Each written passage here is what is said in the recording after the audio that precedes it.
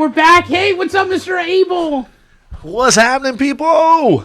Today we got a special. Great guest, Dude, we're killing it with these We're killing it. awesome killers, man. Look, they all smile and they're super nice and humble people, but they will choke you to death. What's up, Micheal John? How are you? I'm good. I'm glad to be here. Thank you for having me. Man. Awesome, yeah. Thank you for taking the time, dude. I know how busy you guys are. You running a school and you training because you're always competing. You're always in tip-top shape and ready to choke some people out and stuff.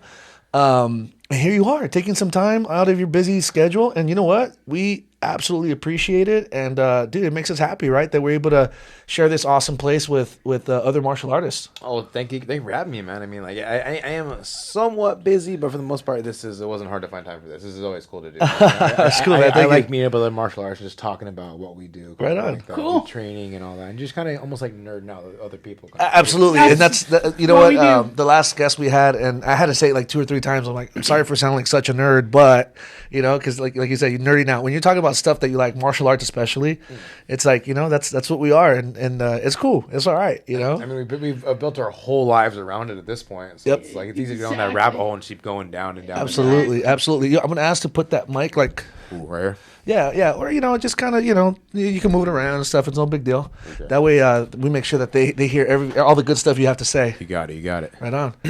I feel like, dude, I'm missing out. Like, you guys have been rolling with the 10 Planet guys for a while.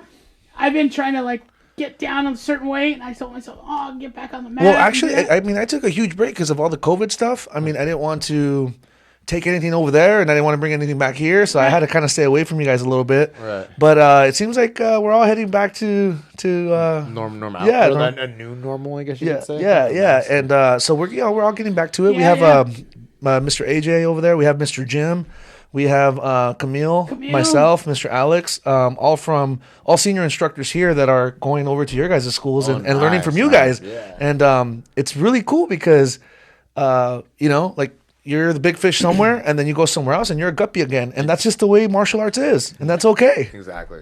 That's the most exciting part of martial arts, man. Yeah, being that big fish in the small pond, feeling good, and then going somewhere else and like, Yeah, wow. whoa, I got so much to learn. I am nothing. Kind of thing. I get squashed. Yeah, Absolutely, man. Guys who I used to just be able to roll around on the mat because I could wrestle, you know? Yeah. I can't anymore because they're all over there with you guys, like, learning, like, chokes and stuff. And I'm like, man, what's going on here? Different chokes, especially the 10th Planet system. They're really good at being dangerous from like what ideally you would think is like super negative positions. Yeah. They're gonna find the attack and kind of kind of flip it on you, so to speak. Yeah, So, absolutely. So, you know, before we go any further, Yeah. so for people at home, all right, we got Micheal John here from 10th Planet, and you're running the school in... An orange.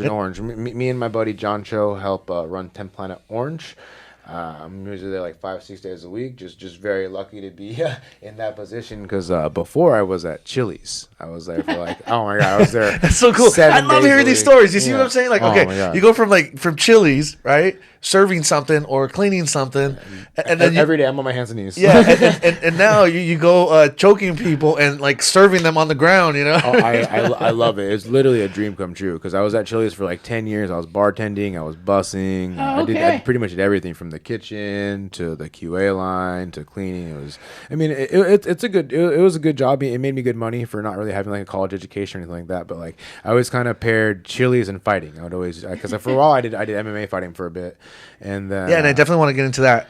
yeah, and then now I finally got the opportunity to kind of break away and just do only jiu-jitsu and help run a gym. So I took that, you know, with running, you know, like Of course, man, to do what Yeah. you love and be able to do it as a business. I don't know, Mike. I don't know if you remember this, but about a year and a half ago, I may be wrong on the timeline, but like I think it's like a year and a half ago. Yeah. We were talking about you running a school. We were messaging each other. Yeah, right? Do you remember that? Yeah. I was asking you certain things like, yo, like how do you pick a team kind of thing? Like, how do you form teams? I remember you telling me like, you know, like not everybody can be part of the team. Yeah, I did say that. Yeah. I remember that. I kind of took that to heart kind of thing. I was like, all right, for sure. I got to kind of like hand pick the people I'm surprised you remember that. Oh, I remember. I remember that very well because I remember I was just coming in. I was getting the offer to teach at Orange, and I was like, I don't know if I want to do this. It was like, I know how to do jiu-jitsu, But like running a program or running a curriculum or being a leader to a bunch of knuckleheads is a little bit different, in my opinion. So it's time consuming and it's all consuming. Yeah, and I didn't know how to approach it, and I was asking other people that have already in the leadership positions who might know a little better than me, like what do I do, Sure. or kind of thing like that. So I was talking to Abel, I was talking to other instructors, like how do you run a school? How do you form teams? How do you build a strong connection between people that don't necessarily know each other? Which was extremely humbling. I mean, Mr. Gary, the little bit I know I'd love to share and I give it freely. But, when I get hit up by like your team, your people, and, martial artists at your guys' caliber, I mean, it's extremely humbling for me, and it's like, dude, it's so cool that I'm able to contribute a tiny bit to this martial arts community. You know what I mean? No. So thank you for that. No, I mean, thank you, because I'm still like, I'm looking like, how do I do so? I'm trying to pull from everyone I know that is in a leadership position. Like, what are you doing? What are you doing? Right, what are you doing? right. I hope we just take what I like and disregard what I don't like and kind of build my own Absolutely. kind of thing. Yeah, absolutely. Because it still has to ultimately, you're teaching martial arts, but ultimately it has to be your flavor. Right, yeah. You're going to serve it. Yeah, I have to feel good about what I'm doing. Yeah, and absolutely. I have to just vibe with it, I guess. Yep, absolutely. And like he said, you can't have everybody on the team, Right, I learned that from him, actually, because before we would like, hey, I want to do this and I want to do that, but eventually you have to say no to something and then it becomes personal. And and if you don't realize that, hey, don't take it personal. Yeah. You're cool, Yeah. but Well, it could go totally I think what's really important about leadership is that you have to know where to place people. Yeah. And then there's those so finding the placement for those people to shine, right? Putting them in the right places for them to shine, because sometimes they think they're going to shine somewhere else, and they haven't realized that this is really their strength, not what they think it is. And when you figure it out, and then they trust you in doing that, that's when you really get powerful. Right. That's when your team really shines, because then they know that you are placing them because you see something in them that they haven't seen yet, as opposed to taking it personal and saying, they didn't give me that position because they don't think I'm good enough. Right. But once you build that trust with your inner circle, with your team, then they know that you're making decisions based on like the best of what you see in them. Yeah, you know like what I mean? the proper reads kind of thing. I'm not putting a square peg in a round Exactly. hole and forcing it. Yeah, like, forcing no, it. you're Exactly. gonna do this kind of thing. Exactly. But there are times where there's those tough, conversations. Like, hey, why wasn't I included, or why wasn't? And it's not always a bad thing, There's certain reasons, and there's a lot of moving variables, but ultimately, as long as they see that you're transparent and that you have nothing but love for the group, then they should be okay with your decisions, man. And that it's all like it's all for the group, and it's I'm trying to better everybody. Exactly. And yeah. sometimes it's like, hey, maybe you weren't invited because I'll be honest with you. Sometimes like I feel like you slow the group down, and that may be a rough conversation to have. But sometimes you need to tell somebody that because they need to change. Yep, absolutely, like, and that might make them grow. I'm hoping, Hopefully, I'm right? hoping they don't take it personal, right? Yep. And then they go, man, that was me, and they just turn away and they never come train again. It's Absolutely, like, oh, man. Like, but then again, like I feel like we're in the art of building people up, not breaking them down. Absolutely, and that's like one of the main things we got to do. Yeah, and then you'll also find that as you go along and making these tough decisions and having these tough conversations, that it's not always just no, and then that's it. You cut them off. Sometimes you give them a pathway to get there. Yeah, like no today, but maybe if we do this, and I'll help you work on that, then maybe further down the line. Yeah. And that's always awesome because you're still giving them a chance to grow, and you're also growing your team. So he's the kumbaya guy, and we've actually had like drop out like arguments over stuff like this. Like he's moved me somewhere. I'm like, why the fuck did you do that? Oh, literally. Like I've actually moved him from certain things, and literally he just wants to fight me. Yeah. And it's funny because we've known each other for over 15 years. I'm just opinionated, and I throw my opinion. I didn't want to fight him, but I threatened him a little bit. that sounds like the beginning to a fight, kind of. But Mike, you know that in this martial arts world, no one's scared of nobody. No, you might take your we'll lickings, but handle it right but nobody's scared of nobody. You know what I mean? So because like the maths don't lie. yeah, Yeah, exactly. We'll see real quick what's going to happen, kind of thing. And it doesn't always matter who's right, who's wrong. Hey, someone needs to make a shirt that says the mats don't lie. Exactly. That's it. Maths don't lie. But ultimately, it was a lesson learned, and it was something that I grew from.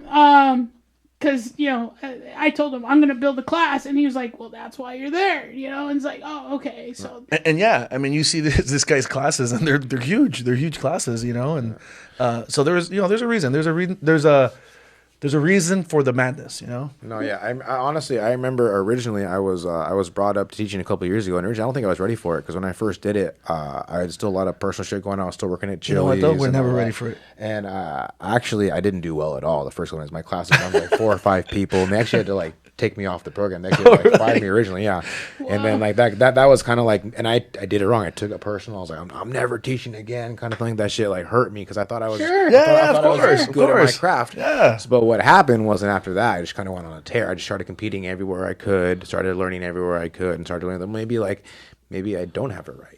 Maybe I need to adjust what I'm doing, kind of thing. Maybe I need to learn how to like learn better. I need to learn how to get better at getting better, basically. Yeah, kind of no, thing. Like that's true. Yeah, and then from then, like, because I took that me not teaching anymore as me getting fired, which I basically did, and that hurt. Hey, so Mike, I want to interrupt you a little bit. Are you flexing for the camera anymore, or is this that you normally, man? I guess you I'm just always idle. like, You just idle there. I think I'm going back to the. I think I'm getting mad when I got fired. I'm sorry. No, it's funny because, and the reason why I point that out is because there's truth to what you're saying. Yeah. You're saying that like you just went on a tear, you started competing, and like you taking this stuff serious, man. Yeah. You're obviously taking this stuff serious. Yeah, you know what I mean? I got so like it was like almost like a rejection to me, kind of thing like that. Because jiu-jitsu is like one thing in my life that I always felt like super confident in. Yeah. And the fact that like, oh, Mike John, like I don't think that you're doing well teaching here. I think you should maybe take some time off for a bit. And it's like, what? Yeah. Especially when you know you're good at it. Yeah, or when you think you're good at it. Yeah. He's like, how dare you? Yeah. But then I took a couple of years off. I went on a tear. I started to really like learn how to like just learn jiu-jitsu differently, learn different systems, learn how to teach better, learn how to get better at getting better, essentially. And I came back a couple of years later, and I feel like I'm night and day different. So watching, since we have so many 10th Planet guys on, I watch videos on like just your system and just the group of guys that you guys all have around, the network. Yeah, you guys call 10 Planet it, right? Network. Yeah. So I watch them, and one thing I will say is anytime I watch like a seminar that's been on YouTube or a breakdown or of some sort, man, the instruction though is high level because there's times. I mean, I've been on the mat in a BJJ school where. And I won't mention any names. Great school, but the instruction was a lot of like, wait, how did you do that? How did you do that? And every time I've seen like a 10th Planet guy like talk about their system or just a certain move, they can explain it like from where to start to finish. Yeah. And that's pretty amazing to me because not everybody can do that. Well, we know that, right, Mike? I mean, you could be a great practitioner. Like, you could be killing it, but it doesn't mean you know how to teach it. Doesn't mean you're a great teacher. Exactly. Yeah, just right? because you're a Gordon Ryan doesn't mean you're a Donner. Yeah, exactly. Yeah, it does take some work. I think that most people could do it if they put the time and effort into it. But there is a system that you have to learn, right? There's a system of teaching that you have to learn, and it has to be coherent. It can't just be like, oh, I kind of do it like this, and then have the students fill in the gaps because those gaps are going to be filled in with garbage. Yeah, mostly improper. Exactly. Yeah. And someone's either going to get hurt or they're going to get hurt themselves because it's going to be a false sense of security. But yeah, it doesn't mean that because you're a good practitioner, you're going to be a good teacher. Yeah, there's definitely a whole nother side to teaching. And so we're fast forwarding. That was a year and a half ago or so that we had that conversation. Yeah. Like, how do you feel about it now? I told you what I do remember telling you is, dude, you're so humble and you're legit. I've seen you roll. I've seen you teach. I'm like, dude, you're gonna blow up. You're gonna do fantastic. I don't know if you remember me telling you that. I do remember that. I remember like because I thought that was very nice of you because like I'm even to this day I'm still a little unsure of my teaching a little bit. I'm always like I don't know if it's like an imposter syndrome or what kind of thing like that. Imposter syndrome. That's funny. But I'm funny. Like part of me is like but that's why they're so good because they're so hard on themselves. I think that I saw like someone gave me a variation of a TED talk where it's like that's why the imposter syndrome is almost good to have because you're always questioning yourself, not thinking you're the best or not thinking you're worthy. So within that questioning, that's going to make you go find those answers to why you should be worthy. And I'm going to go do more homework. I'm going to study more. I'm going to try and be a better teacher. I'm going to learn how to teach, basically. That's so sick, dude. I love it. Yeah. So some days I wake up and I'm like, dude, I can't believe I fooled the entire world. I know jujitsu. Can't believe I fooled people and think I know what the f I'm doing here. Like I'm teaching 40 people how to choke people. Like I can't believe this is my life. Yeah. Like, dear God. Like thank you. Well, think about it. Look, let's put it in look, Mike. Let's put it in perspective. Okay, so you focus on one thing only, which is jujitsu, right? Well, is what you teach at 10th Planet, right? For the most I understand part, that you're a mixed martial artist, but while you're teaching, it's at 10th Planet, it's your jujitsu. Well, think about it like in my position, right? So I'm supposedly this chief instructor of this awesome school, and we got some beasts out here. Like really, like we have 34 instructors. We have I think 10 or 12 senior instructors, and some of them outrank me. Right. And I'm their chief instructor. You're their boss. so you got to understand, like I gotta be on too. Like I can't just walk around with the shirt that says I'm this person. And the other guys have to say, no, like, okay, yeah, he can definitely hang with us because they outrank me. You know what I mean? Right. And so it's just this weird, like dynamic, you know. But they don't make it seem weird. They give me my place, and I guess like you said, like they see that I seek to earn that. You know, I just don't stay stagnant. I just continue learning and moving and just, you know, I see these targets. One person that I say is always a moving target is Mr. AJ. This guy's always learning, always training, like daily training, like insane stuff. Yeah, and he's just a monster now. And I'm just like, dude, I'm never going to catch up with this guy. But those are the people you need to hang out with. Like those are the people you need to surround yourself with, you know? Keep getting better and better and better. Yeah, exactly. You don't want to stay stagnant, you know? And so then, you know, in Krav Maga, there's we take from different martial arts, right? And we put into a system. So Krav Maga in itself is a system of self-defense that pulls from, you know, jiu-jitsu, from judo, from Muay Thai, from boxing, from wrestling. And then so imagine me teaching something, right? Because we do some groundwork. We don't call it jiu-jitsu because it really isn't, because we're striking and there could be weapons involved and all that stuff.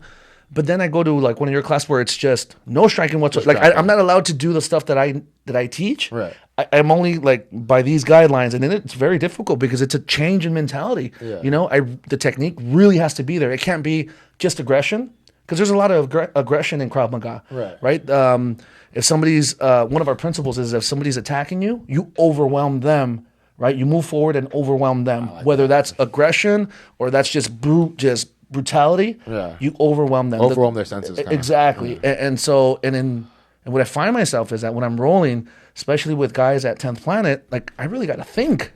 It's just not aggression, because you know what? If I get overly aggressive, I get caught and I'm done. Yeah, because you start kind of just coming at us, and all of a sudden you're overextending. Exactly. You're putting your head in. I've actually seen you compete.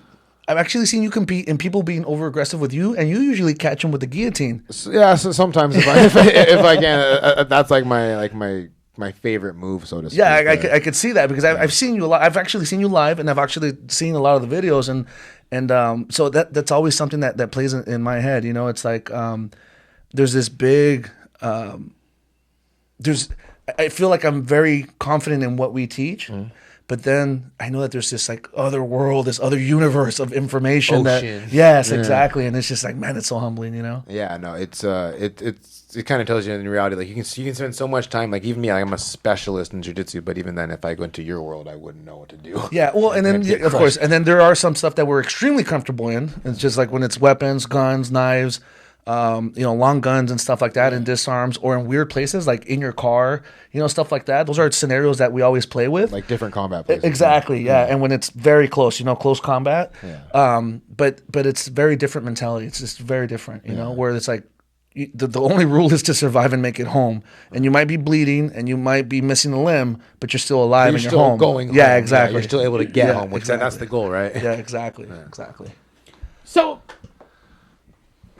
if you're a beginner, like me, I threw it out there for Matt too, and he was kind of like, 50, a little overweight. I think Matt was close to telling you just don't show up. Yeah. I don't know. Don't come to my place. Go to the one down the street. Matt. Shout out to Matt Salinas. He's a sweetheart. Yeah, he's a cutie. Yeah, Budo Matt. Yeah, that's what I said too. He actually said that. I was like, hey man, you're a good looking kid. He's a good looking cat. He moves very well. Yeah. So real quick, Matt Salinas, shout out to him. He's opening a new school in Mission Viejo. Planet Mission Viejo. That is gonna be Dude, he's gonna crush it down there. He's gonna crush it. It's done. I mean, honestly, he's one of the best instructors. As a matter of fact, guys, if you're even thinking about opening the school near Mission Viejo, just don't do it. Yeah, don't do it. I probably wouldn't. Just don't do it. I probably wouldn't. I was actually thinking of moving another school. I'm not even going there. For what? Matt's there. I would stay away. I would stay away. He's good looking. He's got great instruction. He has great tattoos. Great tattoos. It's just suicide. What are you doing? Don't do it. Get away. Don't lose your money. That's too funny. So overweight guy, new. I have some background, so I wouldn't say me, but a guy off the street. You're like, hey, come on in, try out a class. Right. Do you approach him like, hey, let's hammer this guy, let's see what he's got, or do you approach him like, hey, let's teach him what we know and get after it? You know? I'd probably teach him what I know, kind of thing. I guess I would ask you what your goals are, kind of thing like that. Yeah, do you want to just lose weight, self defense, get in shape, kind of thing like that? Yeah. Or do you want to just like go in and be like ADCC champion, kind of thing like that? Yeah. You know, if ideally just come in, I just show you some stuff like that. I don't want to kill you because like sometimes I feel like you can make jiu-jitsu a kind of negative experience, especially if it's too if you overwhelm them. Yeah, you scare them away in the first one. Yeah, and I feel like that. Honestly, I feel like that was me from blue to purple. Like if you ran into me from blue to purple, I was trying to kill everybody. I think that's a natural thing, right? In as you're progressing, right? Yeah. I think it's a natural thing because we're the same way. Yeah, we talked about this. Like We're between our brown belt and blue belt. Well, even blue. So for us, it's so white, yellow, orange, green, blue, brown, black. Okay. So between blue, brown. Okay. So when you're like in blue and brown, you feel like a monster. You don't quite know the full picture yet, but you feel very confident because your body's able to do stuff, and you have some knowledge, so you just want to kill everybody. Right? Yeah. You just want to tear. I know that feeling. Yeah, you're in Mount. Yeah, you just want to tear someone apart, and then you get to black, and then it's just like it's just very different. Well, I'll tell you what it is. You just simplify everything. One of the things that we preach at Black Belt is, okay, you're done training with us. Now you need to grow, go out, find something new, and bring it back. So that's something that was always instilled in me. So eventually I'll be over at 10th Planet rolling, you know. Please come by. And but that's why I'm asking, because I love the background behind 10th Planet. Right. And getting to know you, I'm like, oh man, I can train with this guy. This guy's super cool. Oh yeah, please come in. And that's, I think, what I'm trying to say is the feeling that you guys get over there is like you're a family, man. And you can tell by just how you guys are growing. And that doesn't just come from like, hey, I'm going to open my own school. You know, it comes from like, hey, I'm a part of the 10th Planet family. The network. You know, the network, right? Yeah, the network. I always see that, like the network. I'm like, oh man, I wish I could get in there and see like what's going on. I mean, come on in. Come on to 10th Planet. I'm going to go play. I'm going to roll. But it's cool. What I think that most of you guys that are in charge of a school and in that leadership position, your answers are similar, and I really think that's what I'm trying to say. It's not like a thing that's scripted. It's just that's the way you guys are. Like that's your mentality. Yeah, that's how I feel. Yeah, that's their community. That's what they believe in. Tapia in here. We have Albert Selena. Tapia? Yeah, I got Tapia. We've had cool Selena's. Selena's cool. And now we've had you, and Ashley too is connected to 10 Planets. She's 10. Ashley and Mike too. Yeah. And so everybody that I've dealt with at a high level is like just makes me want to be TP, man. I want to be, you know, I want to throw on a friggin' rash guard. Multicolored rash guard with a 10 Hey, so this is what we're going to do. We're going to hold them to it. So then we're going to get like a deadline, and then we're going to say, okay, by this time, you're going to have to be rolling. That's so true, I got some goals, but I don't tell anybody because, you know, hey, man, I'm knocking on the door. I'm old, man. No. Hey, I want a deadline. I want a deadline. So, hey, listen, if you love your friends, you hold them accountable, right? 100%. Like we were talking about the day with my one of my friends, Nick. It's like if your coach stops talking to you, he doesn't care about you. Yeah. But if he's holding you accountable, he's kind of on you. It means he really fucking cares about you. Yep. Yeah, well, that's these guys. These guys definitely care about me. They're always holding me accountable. I'm always like flipping them off. Fuck you. There's this quote I heard by John Wooden through Ryan Hall. And it's like, some people's life is a bowl of whipped cream, any little shit in it. And the idea is that like, and then some people's life is a bowl of shit. Need a little whipped cream. So it's like, so some people you can be really fucking hard on, and they can take it and they love that shit. It's like, oh yeah, I'm gonna challenge you. It's like, fuck, I'm gonna do harder. Other people you're hard on, like, whoa, please stop. Exactly. Exactly. But I was like, that's a pretty deep, like, whoa, like I was like, so are you ready? We need to get into his origin story, man. Let's do it. So where are you from? I was born in Daly City, so like I'm a Bay Area kid. Okay. From like Northern California. Okay. I was born in Daly City. I was raised. So what's up with Northern California and the Tempe guys? We got a lot of people from Northern California. Albert Tapia too, right? Yeah. I don't know. I guess a little bit farther down, but I wasn't always Tempe. So originally, origin story, Daly City. Grew up in Modesto, which is Central California kind of area. Went to a private school for a little bit. Wrestled down there. Relocated middle of high school to like L.A., Orange County kind of area. Okay. We're out in so LA, I was in Santa Monica High School for a bit. Then I went to Venice Beach High School for a bit. Oh, cool. And then I finished up my senior year in Laguna Beach High School. Oh, wow, you went total. So my son teaches at Laguna Beach High School right now. Nice. What's his name? Andrew Palacios. Yeah. Okay, cool. Yeah, I don't. He wasn't there when I was. No. He's like only 30 years old. Okay, he's a new teacher. Just like No, for sure. But so I graduated from there, and then I went back up north with my grandma for a bit. I spent some time with her. And then I found a gi school called Oakdale MMA. Actually, I'm sorry, let's go back. So in Laguna Beach High School, my football coach made us do jiu-jitsu. Really? He made us. What? Yeah, really? That's cool. My football coach signed us up at Gracie Baja San Clemente. Really? Under this guy named Flavio Almeida, which is like an ADCC qualifier, which ADCC is like, that's like, the best of the best. If you're even invited to ADCC, that means you're top 16 in your weight class in the world. Wow. So ADCC is like that. That's like, imagine the UFC heavyweight champion has a tournament for the heavyweight belt. You're invited to do that. So that's basically you're one of the best in the world. So my first jiu-jitsu experience was with him. And he was just what was the coach's? My football coach? Yeah, like what was his reasoning behind that? I think he actually was kind of funny. His idea was we didn't have a wrestling team.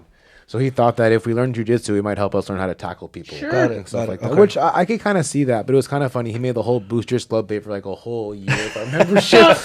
That's crazy. You can do that. That sounds expensive. So I actually ran Fountain Valley High School's booster team club for 4 years and actually coached there for 6. So dude, that's pretty amazing because we had a lot of kids wrestle. Yeah. And it does translate. To football to help in a little bit. It does translate. But could you imagine if the football coach is like, hey, Boosters Club, could you guys pay for a whole that's year not of membership? That's not legal anymore. Really? No, because it's a whole transparency. But so it's not legal. Yeah. So it happened to me one time where we got away with it and it was okay. But that's awesome. Yeah, I was very fortunate because then that was your first experience. Yeah, I mean, I wrestled a little bit in high school kind of thing, but jiu-jitsu was like, oh my God, this is crazy kind of thing. And I was the only one of the kids who kept going back. That's awesome. So you don't know how you're going to change somebody's life, man. Yeah. Just something that you teach them or something that you see or whatever. Well, good for that coach, man. I think about that on the daily, who I'm just like, dude, this guy literally changed my life. Because like I was a little kid who had no idea what to do out of high school, no direction. I wanted to be a firefighter originally, but even then, like I think I just said that so my parents leave me alone. Not even kidding, like because I was like, I don't have any kind of direction. Yeah. I didn't have a good SAT score to go to actual college. I didn't want to go to community, so I was like, oh, I'll just be a firefighter. My mom, like that's what I'll do, like get off my ass, kind of thing like that. And I found that, but then eventually I was like, I don't want to do that. Like I want to do something really cool. I really enjoy. And now you're like Ryu, man. You get to do martial arts, teach martial arts, compete, and just kind of travel around. I get to perfect my craft everywhere across the U.S. kind of thing. So I'm super fortunate. Nice. So you go in, you learn. You're there. Yeah. Where else did you? Okay, so then I spent some time doing some jiu-jitsu in high school. And then I graduated high school and I stopped training for a bit. I ended up moving up north because like I feel like in the beginning when I first found jiu-jitsu, I didn't realize what it was. It was just this really cool martial art that I just really enjoyed. I didn't have any idea that it would carry me this far. It was just something that I just did. And then I relocated up north to spend some time with my grandma. And during that time, I'm being an 18-year-old kid. I'm going to parties. I'm looking for alcohol. I'm looking for girls. I'm kind of doing all that kind of stuff. And eventually, I want to do something else. I want to go back to training. Actually, I got in a fight with one of my friends at the pool, and he's like a fist fight. Like a fist fight. He's wailing on me. Didn't know what to do. Threw up a triangle because the only thing I knew. Choked him out.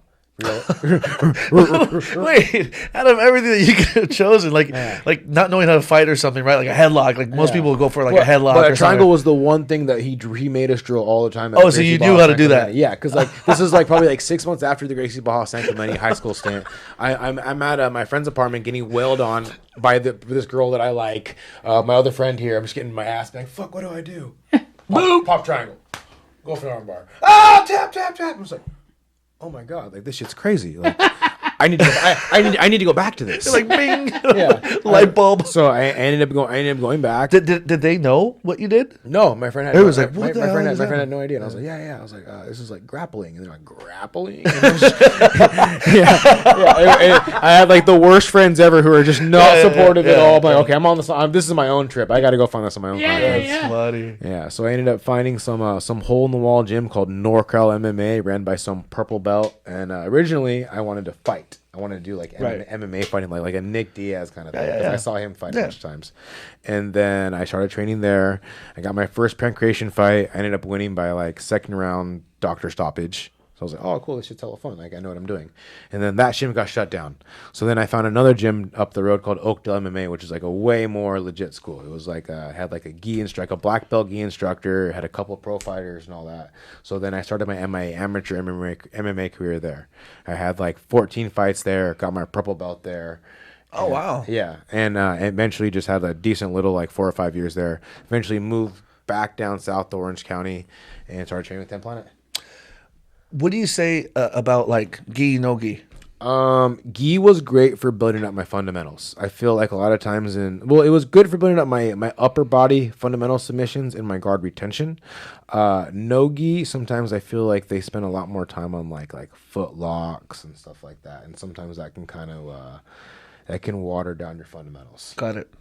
In my opinion. But then again, also I came to 10 Planet as a purple belt with 0 footlocks and was getting footlocked by white belts day one, which is pretty embarrassing, you know, because as a purple, like you're almost thought to be as like a mat bully or someone who's potentially dangerous and can really mess you up. But if I don't know anything about lower body, that's a huge hole in my game.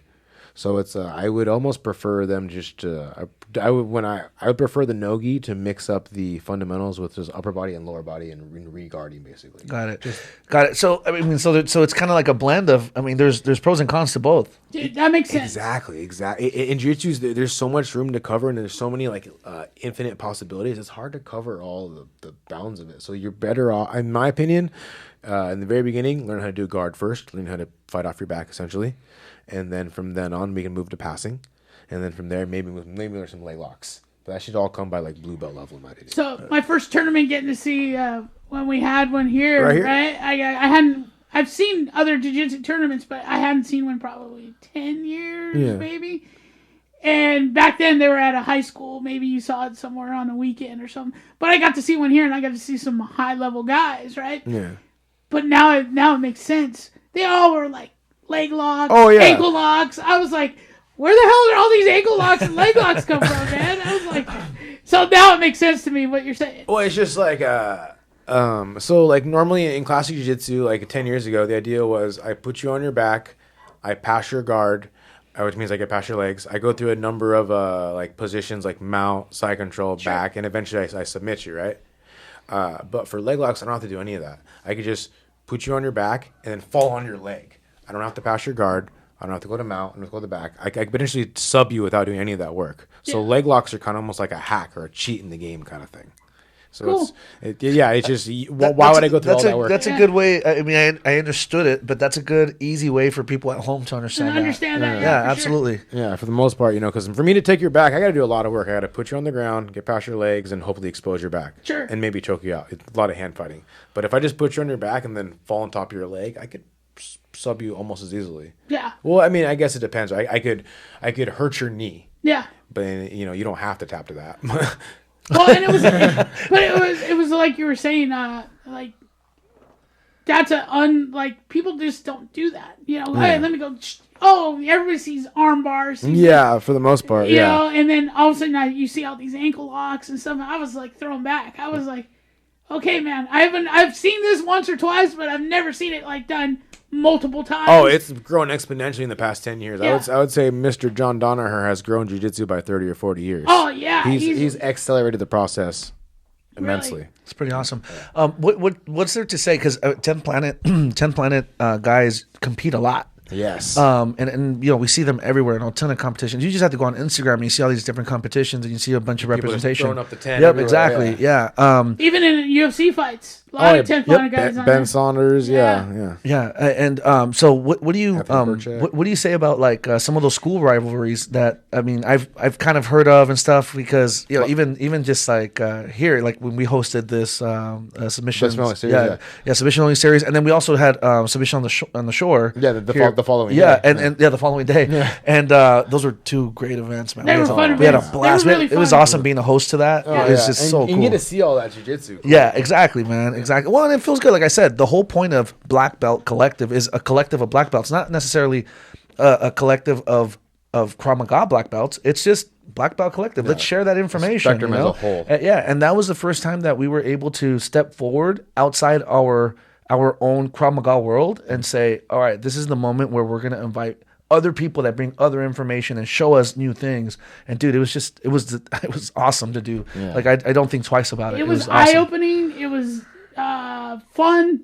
The guys, anybody we talk to, at first you're kind of like, oh man, jiu-jitsu guys, what are they going to think about it? Yeah. And then like I met you and I met a couple other people. And I was they're all like, sweethearts, dude. everybody was like gentle cool, bears, man. yeah. Everybody was like, Yeah, but everybody could kill you. Yeah, exactly. Exactly. That's what I was thinking. I was Exactly. like, shit, dude, I'm not a badass. Yeah, so like these rivalries, like, is that a good thing? Is that a bad thing? Or what? Or, I mean, what do you have to say about that? I didn't know this. I think it's a great thing. I think competition makes you better. Okay. For the most part, like if I got the world's best sushi restaurant right here on Avenue A, and then someone opens up right next to me at Avenue B, it's like I'm probably gonna have to up my game, right? Up my sushi, up my ingredients. So same thing with jiu-jitsu. Probably a terrible analogy, but we are gonna get better at jiu-jitsu if I have another person down the street competing against me. Yeah, no, and I agree with that, because look, even us having this beautiful studio here in Huntington Beach, like we have to be on our A game. Always. Huntington Beach, especially in this is area. like a mecca for martial arts. Southern California in general, in my Exactly. opinion. Southern California is a mecca for martial arts. Yeah. Like we're so lucky to be here. Like this is like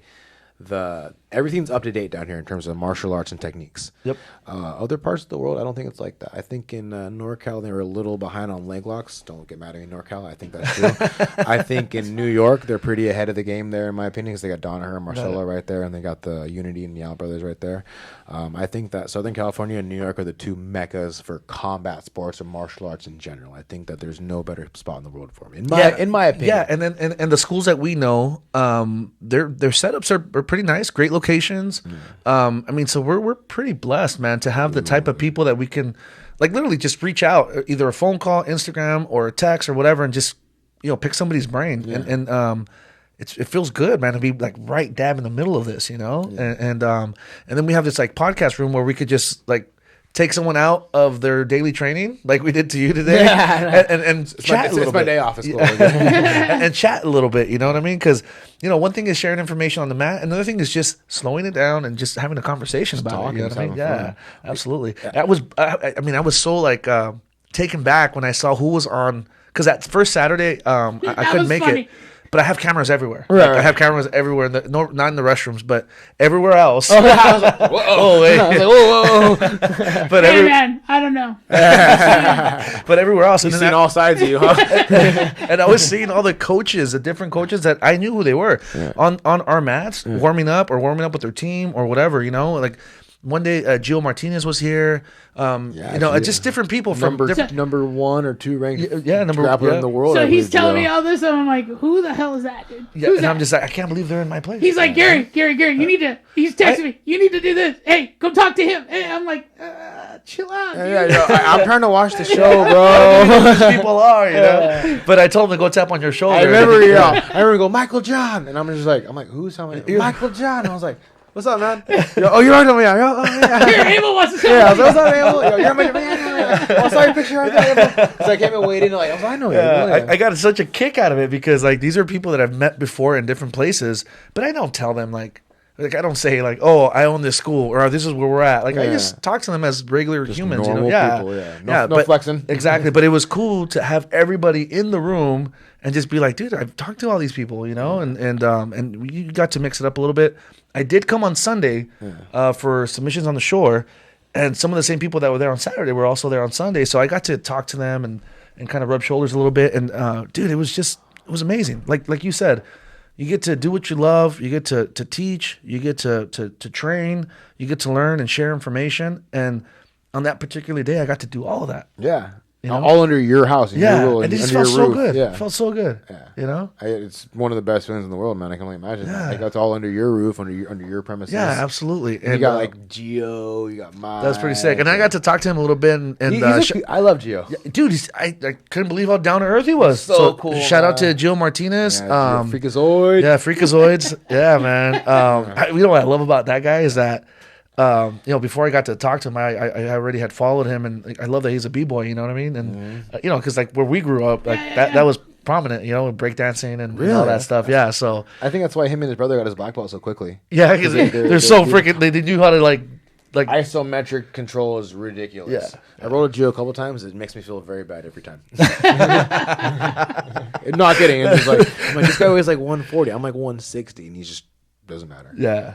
He's just so technically proficient. Yeah, so I got to chat with him for a good 40, 45 minutes, and we're like, dude, we got to collaborate on something. He's like, you know what? I want to do some stuff towards this side of town. He's like, hit me up, send me your information. We'll get together and we'll do something. I'm just like, dude, how freaking cool is that? Like a nobody, and this guy that's ranked number 1 in the world is like, hey, dude, we love your layout here. Like, let's do something. Let's work. Yeah. And I'm like, hell yeah, let's work. Let's do it. We're martial artists. Let's do it. Let's share information.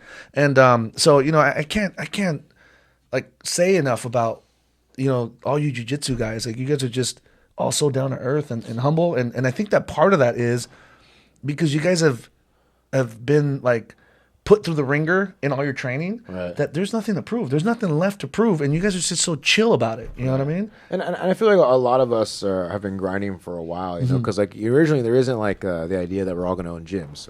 When we first start, we're white or blue belts. We don't really know what we're doing, kind of thing. I mean, I know for me, the idea wasn't for me to own a gym later on, or to help run a gym, or to do whatever. It was just I just trained. Eventually, this was given to me, kind of thing. So I was very fortunate. So it's like I'm just super happy to be able to be here, because I kind of came from almost like just working at Chili's 10 days a week, or 7 days. I love that. I love this story, dude. So it was kind of like I was scared that that's always going to be there for me. So the fact that I can do this every day is like a dream come true. Yeah. The fact that I don't have to go back to Chili's. You know what's amazing? We've had several podcasts. Hey, nothing wrong with Chili's. If Chili's wants to sponsor us, I love queso. I love the queso. So, but this is what I was going to say is we've talked immensely about the industry of just restaurants, right? His background's in a restaurant. His family's background's in a restaurant. Yeah. We've had other people on here that their background is in a restaurant, and they're like some of the hardest workers. So that tells me right now that how hard you work. The restaurant workers are like the equivalent to like the wrestlers and like martial arts. Straight up, no. They're taking shit from people. I got to be honest with you. The more I hear you talk about that, and we've had other people on who talked even about Ashley their background. Ashley said that she was bartending. They're all almost the same. Like, hey, we're just grind it out, man. We'll just do it, no problem. That's how it is. And they're all super friendly. Yeah. And still workable. Like, his dad has an amazing story. I always tell him, happy birthday, Abel Sr. Yeah, happy birthday to my dad. Yeah, he destroyed him last night. We had a pre-test. No, hold on a second. Hold on. Happy birthday, Shark Tank or what? Hold on, let me clarify. Destroyed so him. my dad is 67 or 66, I believe. 66 or 67. Still training. He's a blue belt, and so it's blue, brown, and then black. Oh, so it's pretty serious. Like where he's at is pretty serious, you know. And yeah, I'm a founder of this particular school, along with a group of other senior instructors, and I don't want there to be a doubt that because he's my father, he's getting this like special treatment or anything. So what I do, and I do it purposely. Yeah, and I actually do this purposely. I'm actually harder in grading him than I am any other person. You have to. Because I just don't want that stigma. In fact, last night he tells me he did a technique, and he tells me, "Did you like that?" I was like, "Yeah, man, he looked fine." Dad, do it again. I was like, oh man, what a jerk. No, but it's not me trying to be a jerk. And I know that my father's with ethic, and I think that he would appreciate that, and that he knows that I'm testing him harder than other people.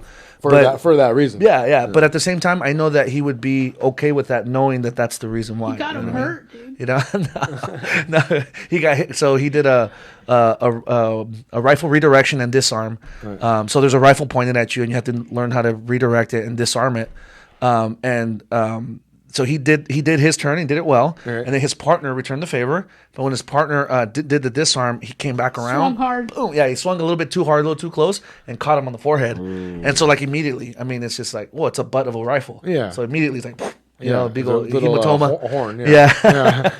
But he was fine. He was cool, and he was smiling, and he's like, you know what's cool is I go over to him, I'm like, you're right, man. I understand. I get it. He's abusing you. I get it. Your kid's getting you back. I get it. Yeah. But you know what's cool? He finished his test. He did really well, and then I give him a hug, and he's like, hey man, thank you so much. He's like, 'cause he's happy that he was able to test. Like the way he sees it is like, it's another year. And it's another year that I continue training. He's like, I'm very happy about this. You know, most people would take the day off, not show up for that pre-test, or not show up to train that day because it's your birthday and you're going to go take it easy.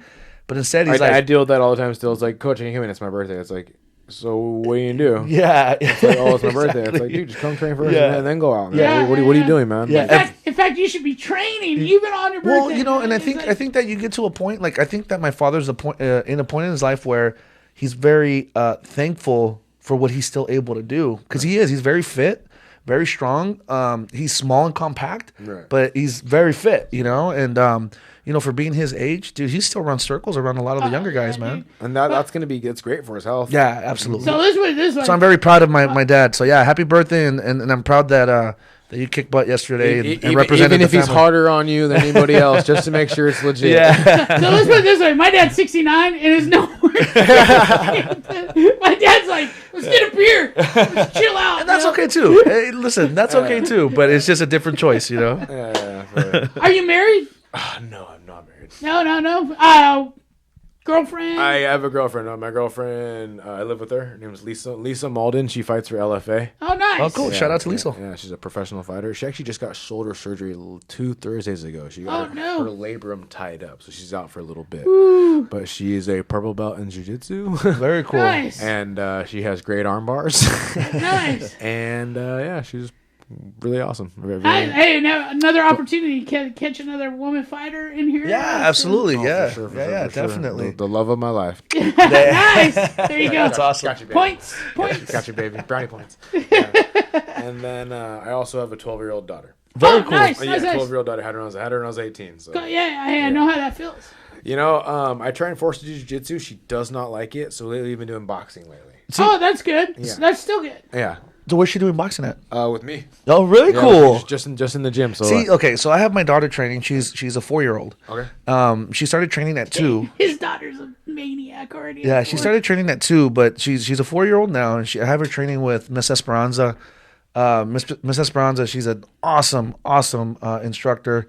Has that like good mix of like being real like stern and strict, but has a way of understanding that you're teaching a child, and so she has a way of like softening it when it needs to be soft, huge. Right? Yeah. And so she gets through to my daughter, because my daughter's a freaking spark plug, man. So and she's strong. Yeah. So she needs that. Plug. She needs that like strong figure, but then she also needs that like softening to get through to her. Otherwise, she's just gonna bump heads. Oh yeah. So that's the reason why I don't teach her, because I'm just too strict. Like I'm on the other side of the spectrum. I'm just way too strict with my own daughter. You know, like I am with my dad. Right. Yeah. So, gotta be harder on you. So you don't. Nothing's given to you, babe. Sorry. Yeah. And so I want my daughter to grow up in martial arts, but have fun doing it. Not just like be beat over the head with it. You know what I mean? To the point where the first chance she gets, she runs away from it. Yeah, run away from it later. Yeah, exactly. So I want to make it fun for her, and she's training. And but so it kind of like catches me off guard a little bit that you're able to teach your daughter, boxing, Yeah, so jiu-jitsu we did for a bit, and I just felt so much like resistance kind of thing like that. Like I tried showing her just me and her, and she liked that. That was cool. Then when I got her involved in like an actual class kind of thing, she just didn't like it kind of thing. She like, I think the rolls are okay, but I don't think she liked doing the warm-ups or the technique or focusing or whatever. And maybe it's because it became less of like a me and her thing and more of just a her does it kind of thing. Got it. So then when I brought it back to just me and her, it was a little, she was a little more welcoming towards it. But then when I brought all the boxing gloves and I brought out the mitts, and she's like, she felt that like oh wow, like it feels good when you hit shit. like when you drop your right hip, right knee, and like you're squashing a bug, and you throw your shoulder, like that feels good, Squashing Dad. the I'm bug. like, yeah, sweetie, it does feel good when you punch stuff. But this is cool though. But that's like you, because you said that when you started your career, you wanted to hit shit first. Yeah. You know, like you wanted to hit stuff. Oh, I wanted to go in there and just destroy everybody. Kind of thing like that. I wanted to go in there and I wanted to feel that bone to bone kind of thing. Like that. It's funny because that reminds me of you saying the bone on bone. There's a interview. I don't know if you guys have heard it with Mike Tyson, where because I don't know if you've seen like his. Like every time before a fight, he does this, right? He's doing this, like pushing the gloves in. And he's saying he's breaking the foam as low as he can so that his knuckles are the ones that are going through, you know? So it just reminded me of that. That shit hurts. Yeah. Man. Mike Tyson, Iron Mike, dude. Like, he's got a fight coming up. You know what's crazy? Against who? He's got Holyfield. No, I didn't hear about that. They just started promoting it. Yeah, and I think it's around the corner too. I can't remember what's the date on that, but we're definitely having a watch party here. So I'll let you know. I'll give you a heads up. Please, I want to come watch that. That's a good one right there. Is it for Golden Boy Productions or what? I don't know who's promoting. I think it's the same one that promoted the Roy Jones Jr. fight, but I think this one's gonna be a little more. I don't want to sound I don't want to sound native, but I just don't want Snoop Dogg commentating, man. I thought it was hilarious. I was like gonna hit mute on it, man, and just commentate myself. Dude, he did the Ultimate Fighter with Uriah one year, and it was the worst thing ever. Yeah, you know what? Snoop is cool, man, but it's just kind of like not for me. He's cool about like rapping and like smoking weed. I don't know about fighting. Yeah, I don't see it. I don't see the connection, and especially when you have a commentator that doesn't know, and you're like, come on, man, I could have done a better job on that one. Give me Rogan. Give me John Madden. Yeah. Give it a seriousness about it. Yeah, like any of those people you just named. You know who I'd love to see on there? Not Steve Smith. No, Zab Judah is commentating, dude. So he's got that like kind of like background where he's from the streets. Yeah. Talks a little bit like Snoop Dogg. Yeah, I kind of like it. But I see the guy knows his. Yeah, but I see you can cater dude. to a certain type of crowd. Yeah. But you still have knowledge behind it. You know what I mean? It's not just all bull. I think you said there. It's the first time he's catering to a certain type of crowd. Yeah. He's attracting a certain crowd that they may want to like. Yeah, and that's okay. And I get it. Yeah, I get it. That's okay. Because ultimately they need to make some money, right? Business. But you can still balance that out for people that actually want to see the fights or know a little bit about fighting. That you want to at least get an intelligent person that's really calling the stuff out the way it is. Best thing of that last Tyson fight is when he was like, they're talking to Roy Jones Jr. and they said, "Hey man, how'd you feel?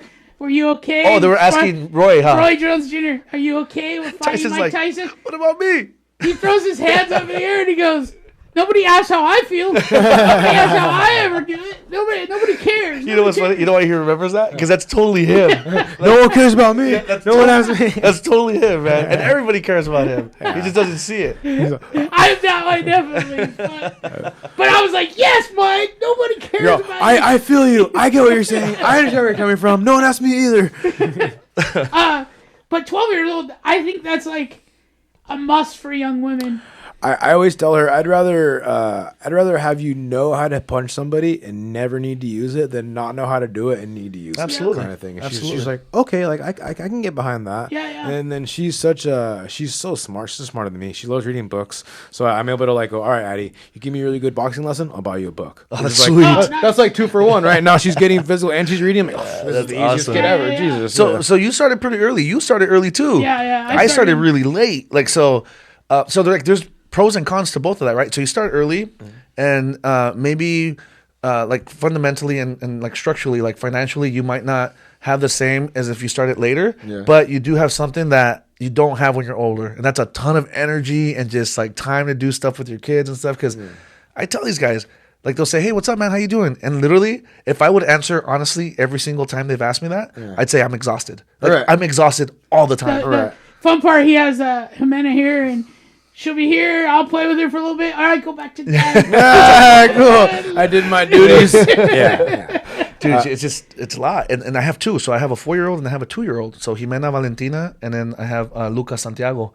And he's a 2-year-old. And, he's starting to get to the place where he wants to also get on the mat. Get on the mat and run sister around, and stuff. You know what I mean? This looks like fun, right? Moving around. And it's like, okay, so the kids, right? And then you have another baby in your business, right? Because this is our business here. And so that's like another baby that needs a lot of attention and love and work and resources. Right. And so now you got 3. Yeah. And obviously, what's the point of having all that if your relationship at home isn't right? So you got to make sure that you're taking care of your lady and making sure. Perfectly And then you have a home. We have a mortgage. So it's like, okay, now I got 2 homes. I got the place I go to sleep and spend some time on the weekend, and then this other place where I spend 12 to 14 hours a day. Also facilitates the other home. Exactly. Yeah. So it's just nuts. And balancing act. And I think that a lot of people, like I've said this before, I think a lot of people just see the glitz and glamour and like the glitter, but they don't see like the balancing act that has to happen, and how you're pulled in so many different ways. It's so hard. I feel like some days like my teaching's on point. Maybe a relationship with my daughter or my girlfriend's not always the best kind of thing. Or days that I feel like my relationship with my daughter and my girlfriend's good. I feel like maybe that class I didn't go as well. My God, you just took the words. I couldn't put it better myself. There's times where I'm driving, and I'm like just thinking like, dude, am I being a good father? Like, am I being a good husband? Yeah. And then I'm like, am I being a good leader? Like, it's just these different hats we wear during the day, and I guess it's good that we care, right? That we're asking ourselves these questions. I think it's a lot better than just going, oh, I'm doing what I can kind of thing like that. I can just like almost like succumbing or kind of just like just going, that's good enough kind of thing. Because that's when it'll get bad, right? If you're just like, well, whatever, I'm doing what I can, then you're like, it's like something's really going to get neglected. It's never enough, really, if you think about it. So you like, I always feel bad because I've always ingrained this in my daughter, but you can always be 1% better every day kind of thing like that. You can always do a little better kind of thing. Sometimes I always feel like there's kind of a medium there because sometimes you're almost too hard on yourself. And you need to relax a little bit sometimes because sometimes it's like you're just too hard on yourself. Yeah, and you don't give yourself the praise and credit you deserve sometimes. Yeah. There is times where like just being transparent and honest. Like there's times where I'm just like, man, like am I working too many hours? Like what am I neglecting? Right? Like you got to remind yourself. Like what? Okay, obviously if you only have a certain amount of hours a day, right? 24, all of us. And if you're allotting this amount of hours to something, that means that there's other things that are not getting that amount of hours. Something's getting neglected somewhere. Unfortunately, it's like it's like everything else. Like in jiu-jitsu, like I focus on my arm bars, my back attacks suck. I focus on my heel hooks, my headlocks suck. It's hard to balance everything in the proper skill tree. It cracked me up because he called me this morning and I had just woken up and he's like, "Dude, you just woke up, man? Don't you know that like rich people don't sleep in?" I was like, "Well, I'm almost 50 and I'm not rich, so I'm sleeping." So there you go. You're right. They don't sleep. I was like, and I'm like I'm like a freight train going 1,000 miles an hour on the phone, and I'm like, "Come on, man, wake up! Come on, join me. Get on my speed." Usually I am. Usually I'm like a ball of fire right behind him, like, "Let's go!" I'm usually the hype man, But I love that you're training your daughter. I'm a big proponent. I have a niece, and if I had a daughter, I'd be like all over that too. Yeah. And I'm trying to get my niece in here. She's like 10, 11. So yeah, right around that age where I think that's a good age, man, to get in. Young girls need to learn, and it sounds kind of weird, but that's just an age where you're starting to run into crazy guys, crazy world, crazy people, 12-year-old, she looks like a young lady sometimes to some people. There's a lot of weird motherfuckers out there. Yeah, I agree. And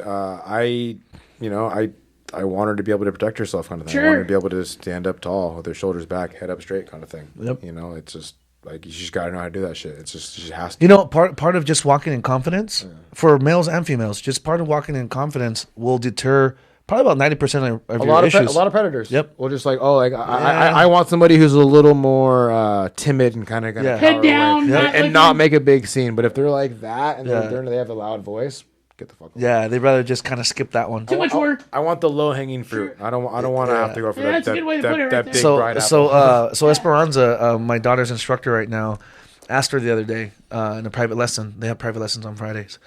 So she comes 4 days a week to the regular classes, and then on Friday she has a private lesson. Nice. And in the private lesson, Esperanza goes, so why do you want to learn Krav Maga? She's having a conversation with a 4-year-old. And then she goes, I want to hunt a dragon.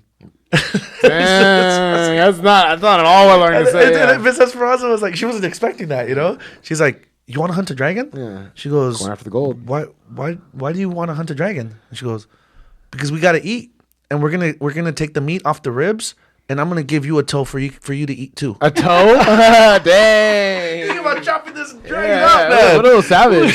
What's going on? Yeah. And then What is she reading at home? so Esperanza, Esperanza goes, what are you telling her? I'm like, dude, Hey, nothing. Is she playing video games? So No. the scary thing with that is it's either coming from Abel or it's coming from his wife. Yeah, Which probably, one is? yeah. Which one's the So hunter? obviously by this reaction it's not from Abel. Like, probably the wife, right? No, so what I think it is because like, you know, I like comic books and stuff. I'm a little nerdy too. I'm Same. like a quiet nerd, you know. Love comic books. Yeah, and I like comic books and like I like the like Mandalorian and stuff like that. You know, like even the newer stuff coming out. Yeah. And then one of the this is the only thing I can remember because I don't talk about dragons and stuff or the only thing I can remember is that the Mandalorian hunted a dragon.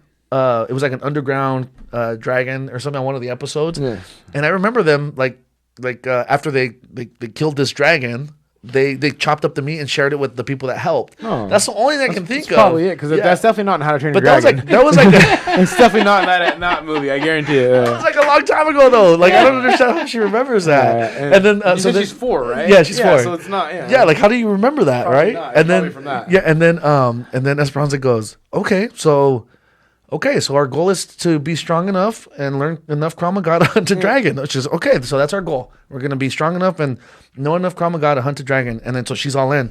She goes, okay. So now we got to work on our face. When we go hunt this dragon, what kind of face do we want? Yeah. And so now she's playing with her game faces and stuff. So so it's cool because she gets in the car. My wife takes them home. So she gets in the car with my wife, and then she's telling Gloria. Gloria Yesenia is my wife. She's telling Gloria like what she learned. My mom's name is Gloria. Oh really? Yeah. She's telling mom like what she learned today, and so Gloria calls me up and she's like, so today for Jimena's Krav Maga lesson, she tells me that she's learning how to hunt a dragon. What's that about? She's going after she it. is. And she's gonna get it. She's gonna get at her, yeah. And you're like this. I was just gonna ask you the same question. Yeah, what are you showing our daughter when I'm over here at the gym? What's So going it's on? just funny, man. But she's enjoying it, and I every now and then I'll get some video. I try not to hover because I want them to do their thing, Do their own thing and let them yeah. But I do have to get video and stuff. So I've gotten some video of her striking or running away, yelling out "fire, fire, fire" or stuff like that, and it's cool, man. Like I walked in one day and I'm like, Amanda, dear Gary, and then I see Esperanza look at me like, don't be an asshole here, dude. Yeah, I'm trying to get Keep her. walking. Yeah, I'm trying to get Keep walking. Don't say hi. Don't distract her. We had a good thing going. You were Dude, I had that look. I was like, oh crap. He teaches kids because he understood completely. He's like, dude, do not interrupt right No, now. honestly, adults too, where it's like, I swear to God, I'll be talking to somebody mid technique, and the guy come in, he'll just stop doing it and release. Everyone's like, dude, why did you do that? Please go back to where you were. Stop. Focus. Man, Adults too. No, adult in my 11 a.m. class, and Monday to Thursday. It's true. Guaranteed. It is true. There's some that's adults, awesome. man, that you just gotta put them in their place. Oh, that's awesome. Yeah. Adults and kids they pretty much learn the same thing. Not too different from the kids or Oh my adult class. God, dude, that's so funny. That is funny. So you say you like comic books too, huh? Yeah, So I was you gonna guys- say you like comic books too, I'm right? a Because big the comic mention book when you said origin story, that was the first tick off. Like, who says origin story? We did. Unless you read comic books. Kind of thing. Yeah. I'm a big nerd. My son's a huge, even bigger nerd than me, and he's like, we talk about comic books all the time. So you just hit like a spot. I was like, whoa. A sweet spot, This is yeah. real Let's back up a little bit. Yeah. I just watched the Suicide Squad new red trailer. The trailer? This morning. Looks dope, man. I wasn't in on this like all the other Suicide Squads. Yeah. But because I like the director, I'll be honest with I'm you. I all wasn't in, too dude. crazy about it because I've seen the other Suicide Squads, and I was like, but here's was what was Will Smith in the one before? Yeah, and I I'm think I remember not a that big vaguely. Will Smith Yeah, guy. I wasn't too big of that one. But they changed it. You know what? I like Will Smith. So- Will Smith is cool. I like he him. just I like wasn't. him in Hancock and Hitch. Yeah. But he wasn't cool in that Suicide Well, Squad. yeah, Like, it there's was a kinda- niche for him, right? Was he Deathstroke or who Yeah, he was was Deathstroke, okay, dude. okay, yeah. And he played him horrible. There's a new Deathstroke. He played him horrible. It's what's his name? Adria Alba, or the big black dude that was in Thor, who played the gatekeeper. I forgot his name. Oh, that guy's dope. Yeah, I Yeah. don't remember his name, but Okay. yeah, I like him. Anyways, but James Gunn's playing it. So if you like James Gunn did Guardians of the Galaxy. Yeah. Did all that, and he's bringing that element Hey, dude, into Guardians of the Galaxy was done right. That's one of my favorites. Dude, that was one of the best ones. Yeah. For Great album, great music. Because Great I was actors. dude, the music. Music My is the God, best, dude. yeah. You could just like literally, you could like not be watching and just have the movie playing, and because of all the music that's on there, you just let it run. Oh, it's good. It's good. Great soundtrack. But how he did it, that's how you remember the movie. It sets up the whole movie, Yeah, the music, man. exactly. It's pretty awesome. So I'm super stoked about that.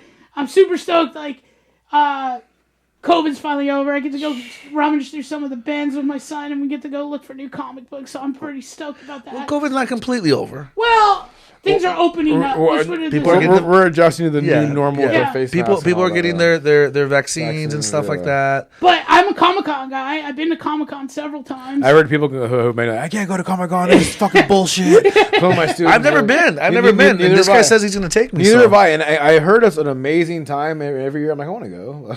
Let's try to get some tickets and we'll all go up there, man. Yeah, it's a event for sure, for sure. Like the first time, so my son's like way ahead of the game and all this stuff. But first time we went. First time I took him, we went and he got a ticket. This guy was just handing out tickets. Hey, what are you into? Oh yeah, here, go see the show. Yeah. We couldn't get into a couple things. Hey, we got this ticket. Let's go over here. It's off. It's not even in Comic-Con. It's off on another place. Yeah.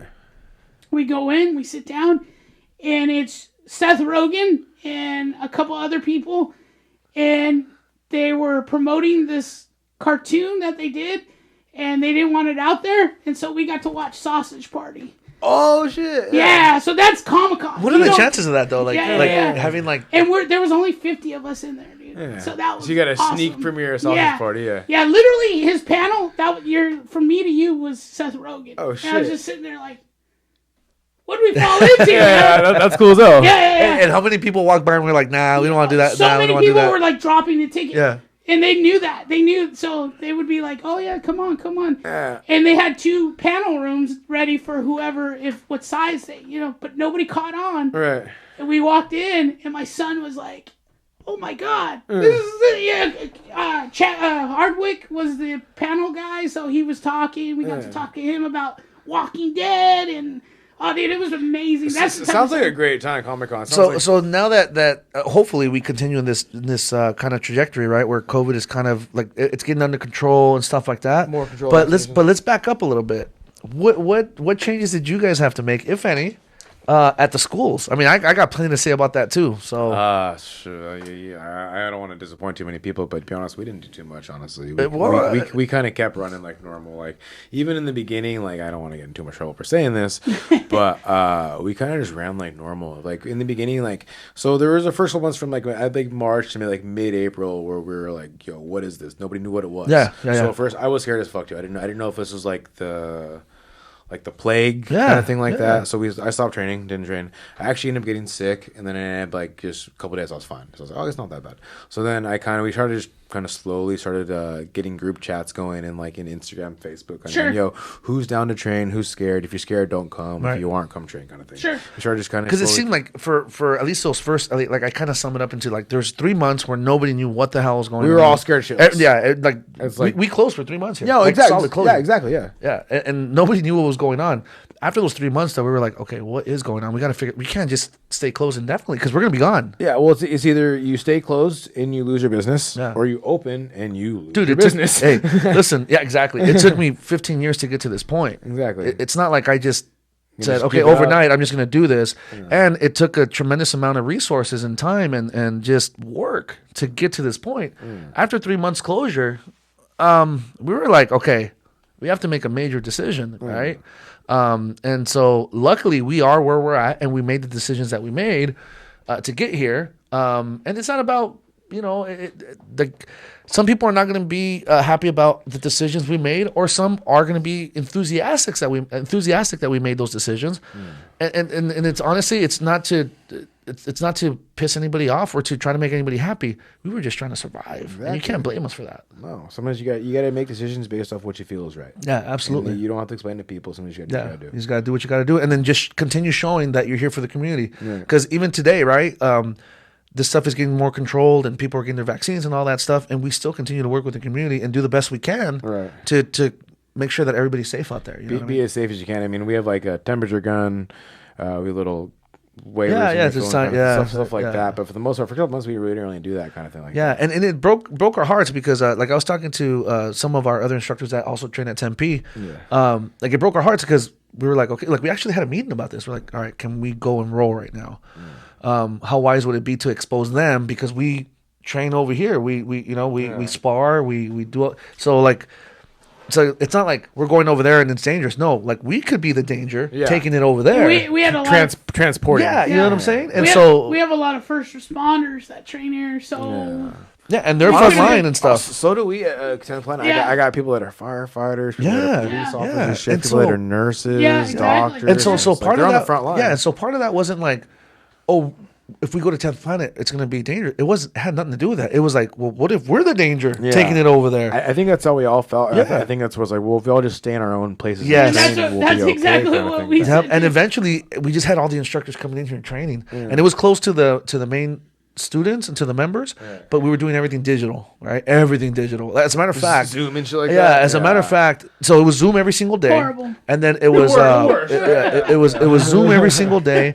And then for the kids program, every single day there was a brand new lesson filmed, and there was also a live one. So if you didn't catch the live one, you'd catch the film one. Right. It was a lot of work, dude. It was like 3 times the amount of work. Then just showing up here. And luckily I had an awesome kids program and the team. Mr. Will, Mr. AJ, Mr. Alex, Miss McKenna, myself, Mr. Ryan, just a whole bunch of people here just helping out and recording and just, Miss Paige and just, people helping out and just Abel, I'm open on whatever day. Okay, well, I have an opening. Come and record something. Right. And so now we have this like amazing library. So now when people sign up with us, they can, if they go on vacation or whatever, they always have, there's a library. Yeah. We even have all our curriculum. So like if it's like gun defense, gun to the front pointing to the head or whatever, online they can actually look it up and it's like, oh, that's what it's supposed to look like. Now it's not meant to replace anything or no one's going to get ranked on that. Yeah, like university. But if we're training and I just kind of don't remember what it looked like, I could go look for it and it's there now. Yeah. So it pushed us to grow in a different way that we weren't expecting. To go almost grow your online school. Yeah. Online. Yeah, exactly. You get promoted off that, but it's like, hey, like if I wanted to see how to do a disarm. Yeah, it's right there. And it's just an extra positive for any member of ours that if they want to see the curriculum, not only read the curriculum, they can also see the curriculum, you know what I mean?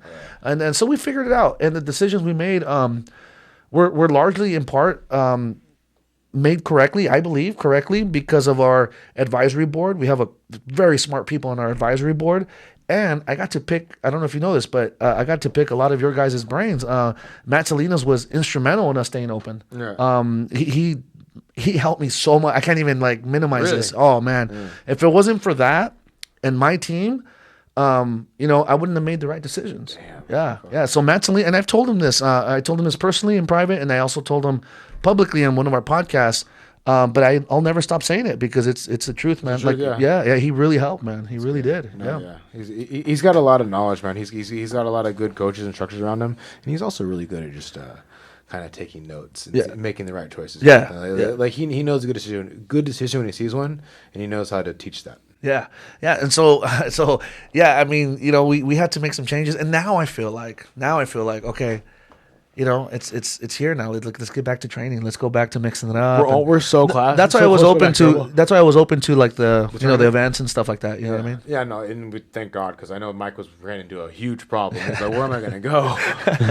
But I got his back. I like people who get shit done, and Mike is one of those people. I definitely get shit done. Now, if we can get him to just release the submission only series film, that'd be great. That's funny. I can't tell you how many times I've texted him, hey, dude, when is this going to air, dude? Hey, when are you going to... Oh, dude, I'm pretty sure I'm the only one bugging him, man. Mike, come on, brother. He's all, I'm trying to sell this shit home. Yeah. Come on, Mike. It happened 2 months ago. No, and I totally get it. I get what he's doing. I get what he's doing, too, so it's hard for me to hate on him. Yeah, I'm Mike, not really like a businessman, per se, but I'm just saying, Mike, just release one match. Yeah. Just release one. That's it. That's funny. Hey, Mike, we got your back. Don't worry about it, man. That's hey, make your sell, man. Make your money, Well, bro. that's what I thought. Well, I'll go on their YouTube, and I'll be able to pick some brains, and I'm like, man, he doesn't like post who's matched up with No, who. yeah. I was like, oh crap, man, I gotta go somewhere else. I gotta Yeah. figure out something else. That's awesome. But I will say this, with the whole COVID and the closures, and I mentioned this to Abel. It will be in part of our instructors when we start training new instructors. Yeah. You gotta know how to make a class make digitally. a class Yep. digitally Yeah. because That's the new normal now. it is going to be the new normal. 1, 2. If you can explain it, show it, you can teach it, you can do it. If you could do it through Zoom, you could do it in real life. anywhere. Yeah, exactly. Man, That was such a was headache, tough. dude. I had never done like an online class before Yeah. like that. I remember with my friend John Cho going like, we were doing Zoom classes the first time. It was a lot more difficult than I thought originally. And just using like your phone is a lot harder. Like we had to have one of our tech guys come in with like a fucking like a monitor, like a little fucking this thing to catch. It was so much easier. It was like when it was like you had the right tools. Yeah, we in had a place. whole set. So right now at this point, our studio, when it comes to like technology, it's so advanced. Yeah. Like we could film outside from different angles. We can film inside any place you want. We have a podcast room now because of the pandemic. Cool, We wouldn't yeah. have had this if it wasn't for the pandemic. You had to That's pretty adjust. Yeah. Yeah. And so like now we have TVs everywhere. We have iPads everywhere. And that's because we have to be able to film from every angle at any moment. Right. And now we're ready. It's kind of crazy how we all had to adapt, right? Yeah. And look where we are now. And also think about fucking how much money Zoom made off of. All of a sudden, they were just talking about that. Zoom was nobody. All of a sudden, the whole world using Zoom because Skype couldn't handle all that, No, that no. bandwidth. Yeah, so no, the Skype went out the window, and Zoom was the new Yeah.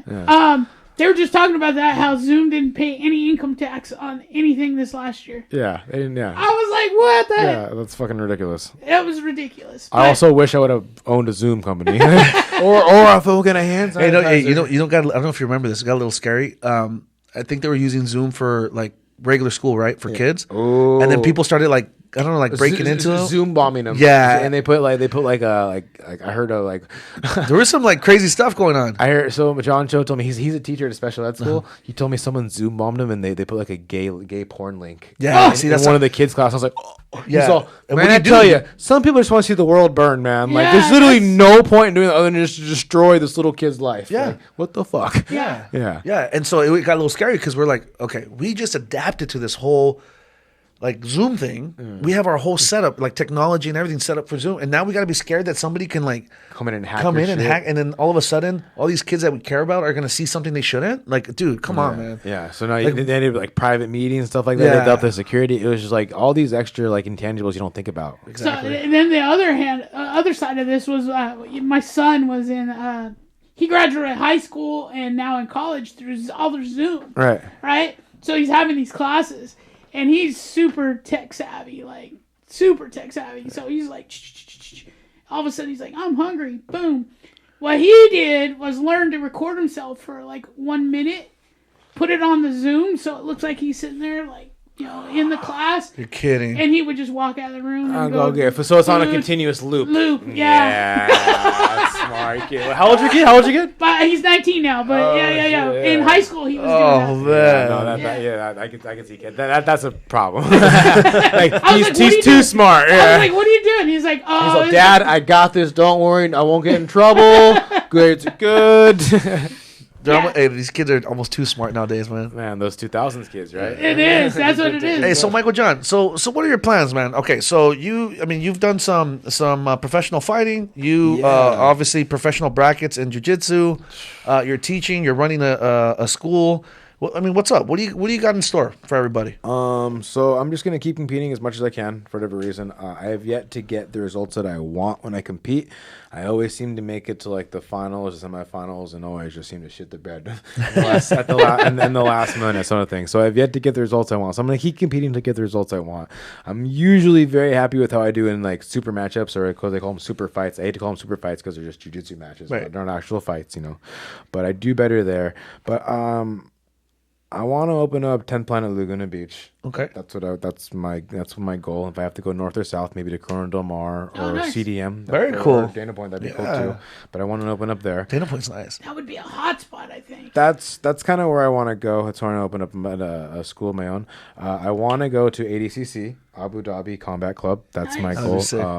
sick. That's the one I want to place there, and I just want to keep doing jiu-jitsu. And then I honestly I want to turn 10 Planet Laguna Beach. I want to teach world-class athletes. Nice. Nice. So I just want to. How about fat guys? Is there any fat That's guys? true. I want to turn you into a world class athlete. No fat guys. Okay, you said turn you into. Okay. So like, I mean, I'm mold, dude. I can be molded. So I guess in like in like a Spark Notes version, I want to be a world class athlete, and I want to turn people into world class athletes. That's awesome. That's all I want to do.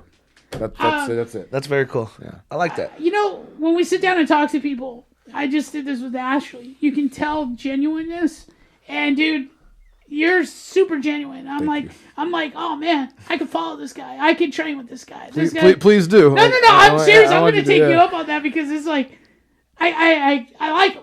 You know, and it comes off when you're talking. Hey so Gary, I don't bring trash people into. Come on, man. Hey, I got good taste, baby. Come on, man. Thank you, brother. I don't know, maybe. He's like, I kept you around, didn't I? Hey, we got what's going on, man, here at the school. Yeah, well, I mean, we got those events coming up. We actually have a lot of testing coming up and stuff like that. These last 2 weeks, we had kid testing, we had teen testing, we had a pre-test for adults. We have this Saturday we have a full-blown adult test. They're testing for rank. Okay. And those aren't easy days. Those are long days for instructors, but even longer days for the people testing because they're not easy tests. We're talking about the minimum amount of time for a test is like 4 hours, and it's 4 hours nonstop. You're just getting put through the ringer, man. Yeah. And once you start getting into those higher ranks, I mean, your tests are 8 hours and above. So, but they're we do them for a reason, and ultimately. How long is a black belt test? Out of curiosity. So you do.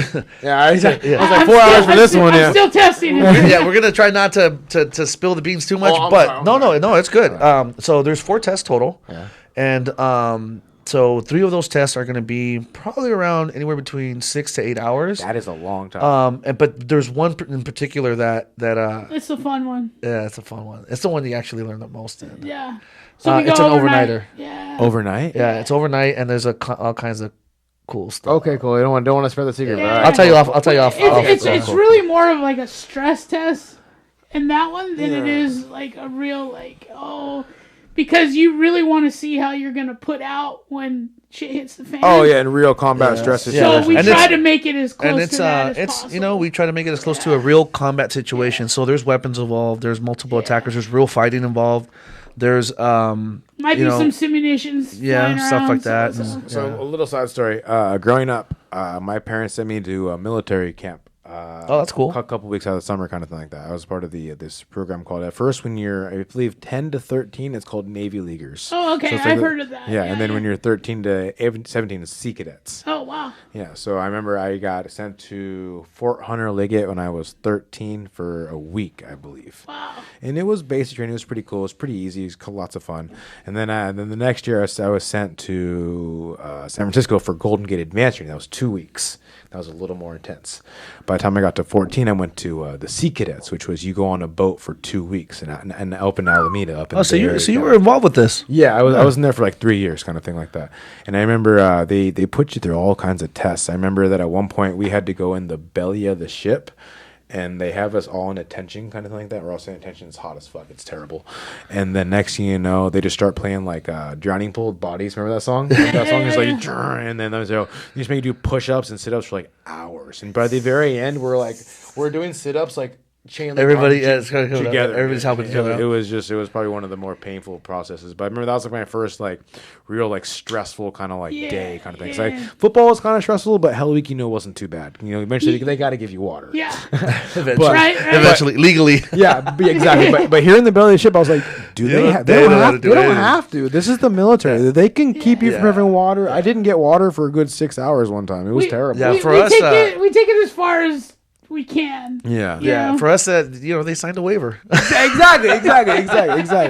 And like, I want to make sure that I feel comfortable giving you this rank. Well, here's what's really cool, and then I'm going to say this: that since we do have a lot of law enforcement, military, instructors, and stuff like that, and people that help this school out, there's some simulated situations that are very, very real. It gets. I can share one of my own personal experiences. When I went through my black belt test. I was to clear. So if you carry, right? If you legally carry, then they allow you to carry. So it's a simunition gun that you have on you. So if you get shot, it's like a step above a rubber bullet. right? Oh, it hurts. Oh, no, it hurts. It'll break. I heard that. It hurts. Yeah, no, it'll. So you'll fall to the ground. Oh, no, it feels like you got I've been shot. shot You just don't get several times penetrated. with it. Yeah. So it's like a step above a rubber bullet. So if you legally carry, then you can carry into this situation. Yeah. And if you don't, but you have something at home, then they'll put it wherever you normally put it at home. Okay. So if that's where you put it at home, or are you able to get to it when you need it or not? You know what I mean? So you're gonna find out. I don't have any guns at all. Yeah. So you'll you'll find out, right? And so in my particular situation, in one of these many tests, I had to clear a home. Sounds so cool. That's all you know. That's all you know is that you're gonna have to clear your home. The scenario is you get home, it's night, you get home from work, and you notice that your door is not completely closed; it's cracked. Yeah. But at this time, you know that your wife is home or your family's home. Whoever at that point. At that point, I didn't have kids, so it was just my wife. My wife would be home, and so I get home, and that's where the scenario starts, right? And this is after many hours. So your brain is foggy. You got beat up a little bit throughout the day, so you might have some bruises, maybe some swollen eye, maybe like you just like you've been put through the ringer, you know. So now it's time to see if you can do it. You're exhausted, your brain is exhausted, your body's pretty beat up, and can you still do it? All right, let's see. And then so you start. So I get to this door. Yep, sure enough, door is open, like cracked, like it's like closed, but like it's like you can see the crack, right? It's not completely closed or locked. And well, if that's your home, you're like, why did someone leave it like this? You know, if it's just my wife at home and it's nighttime, yep. Yeah. So then you use all the skills that you have, right? You know, pieing the rooms, you know, clearing the rooms, and long story short, you know, I clear a couple rooms, and you know, and eventually somebody comes out of the dark with the freaking simunition gun pointing at my head, you know. So you have to disarm. And you dispatch that person. I did. I dispatched that person. And then I hear a loud scream, a female screaming in another room, crying. And they make it seem like it's just extremely real. Like when you're in that moment, you think it really is happening. Like someone's getting hurt in another room. You think it's your wife getting hurt. Like it's just bad things. Let's put it this way. We just like wait to like as instructors who've done it before, we're like, what can we do to really mess? Oh, and we all know each other. You got to remember, by this time, if you're doing that test, we've known you for a good 5 to maybe 8 years or something. Yeah, so we know about you. I know you really well. Yeah, like we know you well. Yeah, exactly. Family, yep. Yeah. And so I hear that scream, and it's bad. And so I just dispatched this dude, you know, and I still have a gun, and I'm like, okay, so I do what I have to do with the weapon to make it ready, you know, because there could be jams. It's not my weapon. I just took it away from someone. So I don't know if this works, if it's dirty, if it's loaded or not. Yeah. So I have to make it ready before I go and clear, you know, the rest of the house. Yeah. So I finally get to the room, and there's a scenario there, and it's bad. Like it makes it feel really real. And so I dispatched that guy, and the girl that was there, I just grabbed her, like I grabbed like the back hair and like sweatshirt, and then just like put her behind me, and I'm making sure that I still had rounds, you know, and I'm clearing the house again all the way out. While you're dragging her out. Yeah, and I was one of the few that actually grabbed my wife, or quote unquote wife, the actor, the girl, the girl, and pulled her out to safety. Most people cleared the room and did whatever they had to do, and then they just kind of like left that person behind. Yeah, they were in a different zone. They were just like they didn't fogged out, total fogged out. Really? Yeah, and so okay, then they go time, and then all the lights turn on, and all blah blah blah, right? And then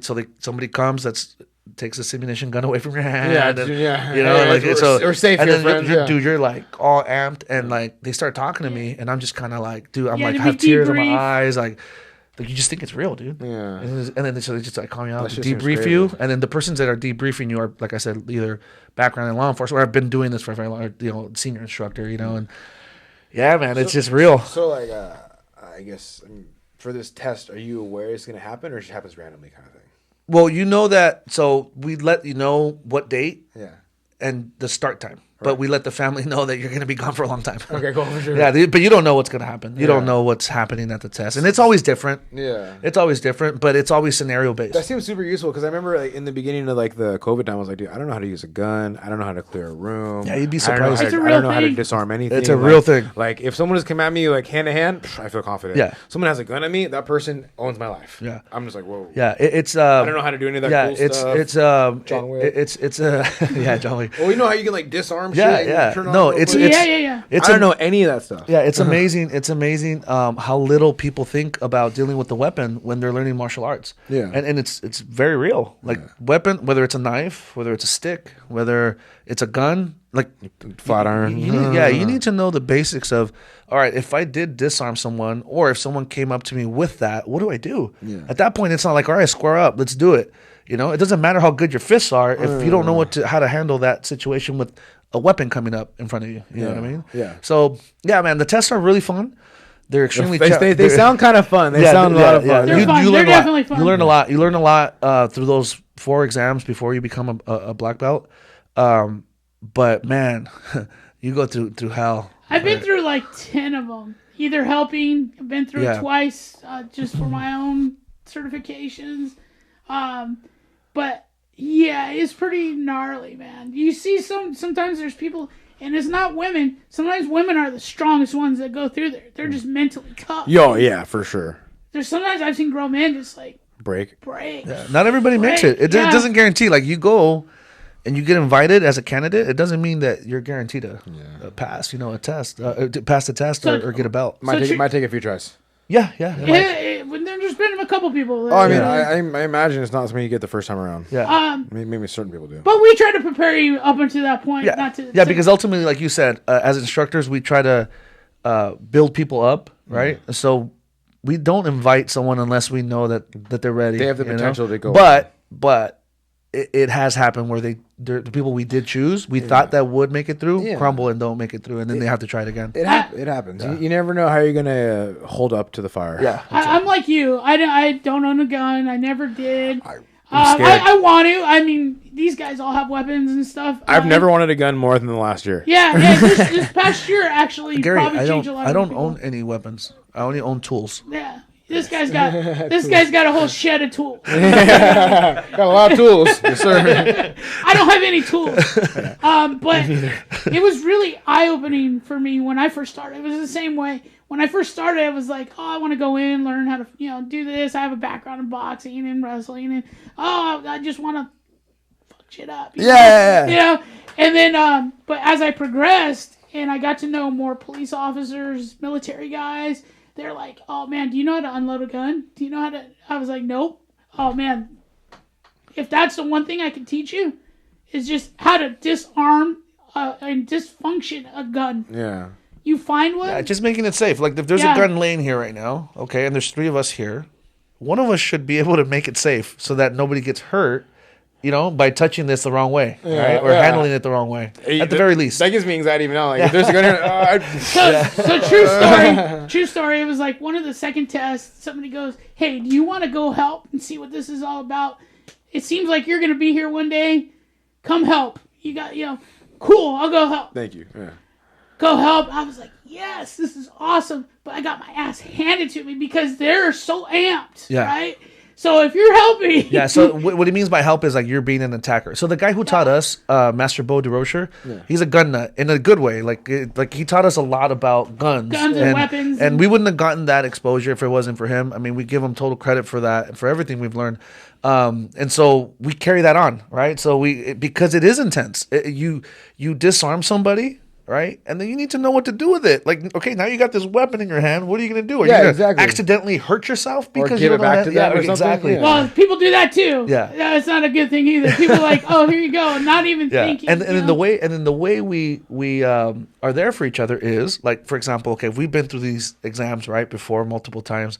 And now we go and attack the people that are coming, right? But we know, like, man, it hurts because I pull a gun on someone that's been doing a test for 8 hours, 10 hours, or whatever. No range of what they can do, man. So amped, and if you're pointing that gun and you're standing there between them and whatever scenario they told them, because you don't know the scenario, whatever scenario they told them, they're just gonna try to get through you.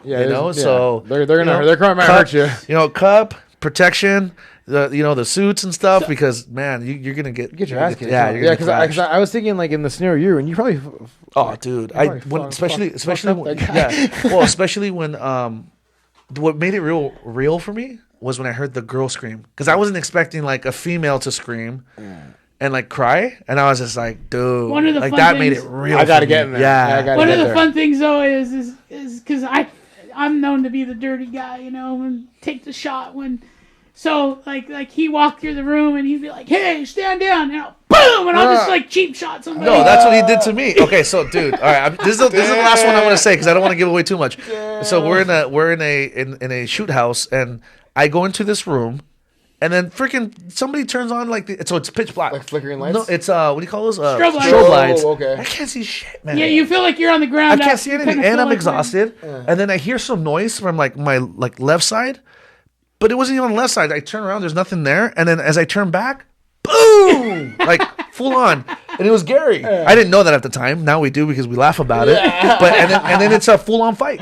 Full on. Yeah, no, we go full on. Up, down, wherever Yep. And then somebody calls time, Yep. and then you get pushed to the next room, and then whatever the next room has, and then whatever the next room has. That sounds kind of fun. Dude, it's nuts, dude. So I got my butt handed to me one night. I was helping, and I just got wrecked, dude. So finally, Bo was like, "Hey, go be the safety guy. Make sure you're going in and out of the room. We'll give you a safety vest.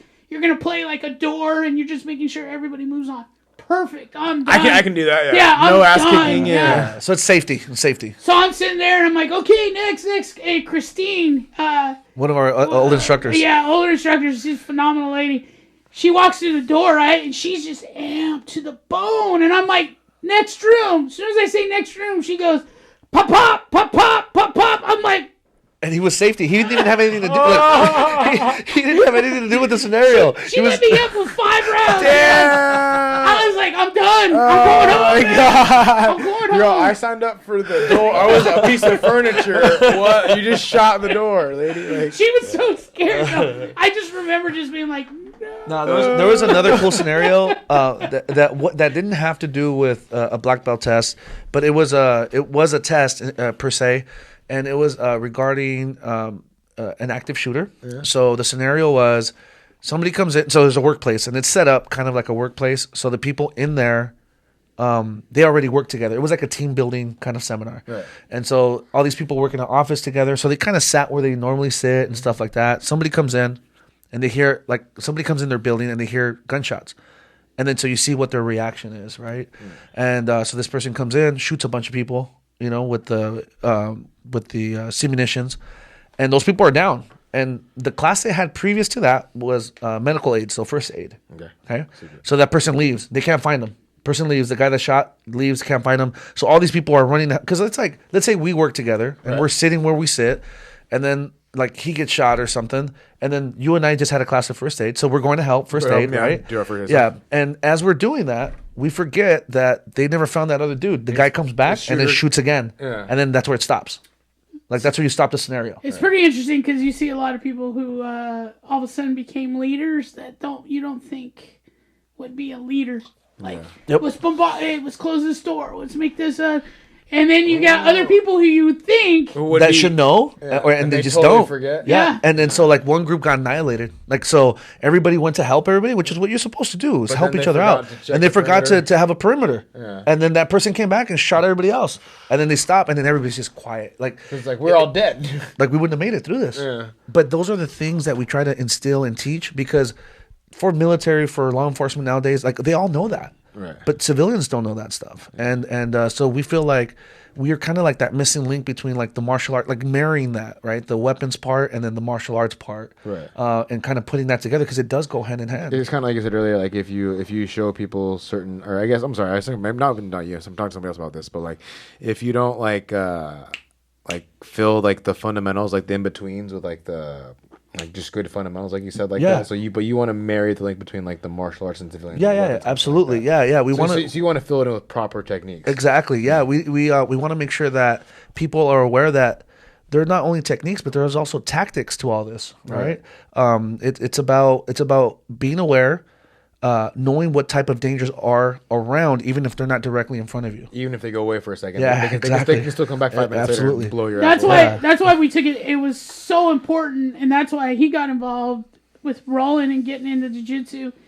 And that's how we've kind of married the 10th Planet guys with us a little bit, is because where we were missing was ground. Right. Yeah, so Krav Maga does a lot of ground, but we're there's a lot missing here. Like, I mean, we just have look. If you want to get better, you have to be honest with yourself, right? And that's the only way you're going to do that. And sometimes it's very difficult to put that magnifying glass on yourself and see what's wrong or see what's missing. Oh, dude, you're into stuff you don't like. Exactly. Yeah. And so, we all came to the conclusion that, hey, man, we need to continue learning stuff. And what are we shooting to learn more? Like, what is really needed right now? What we really need is ground, where it's jiu-jitsu and wrestling. We really feel like that would really strengthen. Not to say that Krav Maga doesn't already have it. It does. And it does a good job at pointing out certain things and taking care of certain things. But if you want to take it deeper, if you want to make it stronger, if you want to really reinforce that and really become a complete kind of well-rounded martial artist, then you should be looking for other stuff so that we can bring back to our school and share it with everybody else, and strengthen those gaps and those holes, Oh yeah, for sure. To be like I guess have a more wholesome game. Yeah, absolutely. Yeah, there's a group of us that are also doing the Kali stick. Some of us doing knife.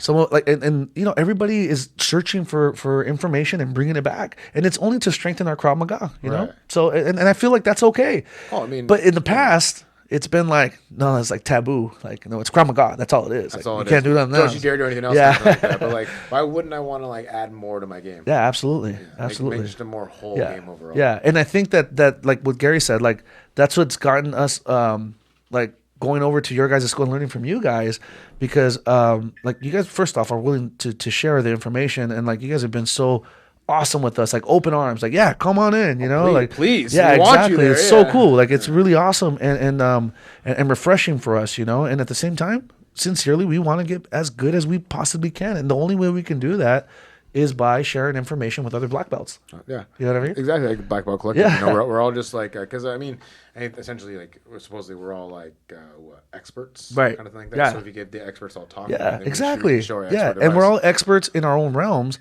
But once you start sharing this information, experts start talking, guess what, man? We all become better. All of us become better. Exactly. We all get better, and that's the whole way to get the whole room better. Exactly. Yeah. So anyways, I know you've been with us for a long time today. Yeah. And we made it probably a little bit longer though, but we've had fun talking with you, man. I love every second, man. Thank you so much. But thanks for coming down, man, and visiting the podcast room. Thanks for for coming to that competition. It was really cool to have you and the rest of the guys from Tempe here. I appreciate it. Yeah, and we hope that we continue to do well, to continue hosting those events and stuff, and having more and more stuff to look forward to. I guarantee you will. I hope to actually win one of the events. Very cool. Yeah, that's fun. And please come by 10 Planet Orange. Yeah, absolutely. Thank you. Thank you. 11 a.m.s or 7:30 p.m.s. Very cool. All right. I might have to do a 7:30 p.m. There you go. Monday through Thursday, I'm there. That's all I know how to do. Very cool. Hey, I appreciate you. The stuff he was talking about, I was like, okay, yeah, I get this guy. This is cool. Yeah. 10th Planet, good job. Kudos, man. All your instructors, all your guys are pretty amazing guys, and they're fun to talk to. So. Well, they're not only good practitioners; they're just overall good people. Yeah. You know what I mean? Yeah, I would say that I'm very fortunate to be around just like you said, like a network of great people. Yeah, our doors are open for all you guys, man, for sure. For 10 Planet, how do they find you?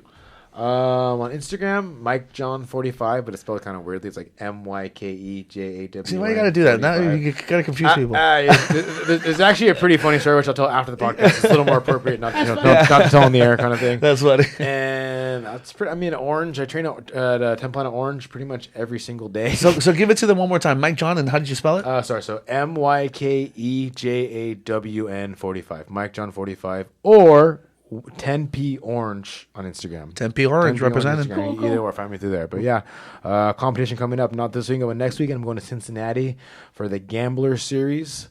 So should be a lot of fun. How do they find you there? Like if they want to see you compete? I think you go to QCG, which stands for Queen City Grappling, and there should be a link on there. Very cool. Sweet. Right on. How do they find you? Gary H72 on Instagram. Also, we are. I'm gonna follow you, Gary. Yeah, follow me. I love that. Boiler Room Podcast on Facebook and on Instagram also. Very cool. Simpleman0707 on IG, and everything else is Black Belt Collective. Take a look at our website. If you guys want information or share it, Huntington Beach Self-Defense.com, and we're here for everybody, man. Tempe is always welcome here. Tempe. We love you guys, dude. Yeah. You guys are freaking awesome people. Thank you, man. Yeah, Thank you yeah, for yeah. having us because I know that we would not have had a place to compete if it wasn't for you guys. Oh no, we got your backs, man. It We was got actually it. more Hey, pleasurable for us. Yeah, especially, hey, I think it was mutually beneficial. yeah, especially when you guys put on a show like that, dude. I'll do it anytime. I'm telling you guys, this place is open for events. Come and talk to me. Yeah, for sure. All right, love you guys. All right, Peace.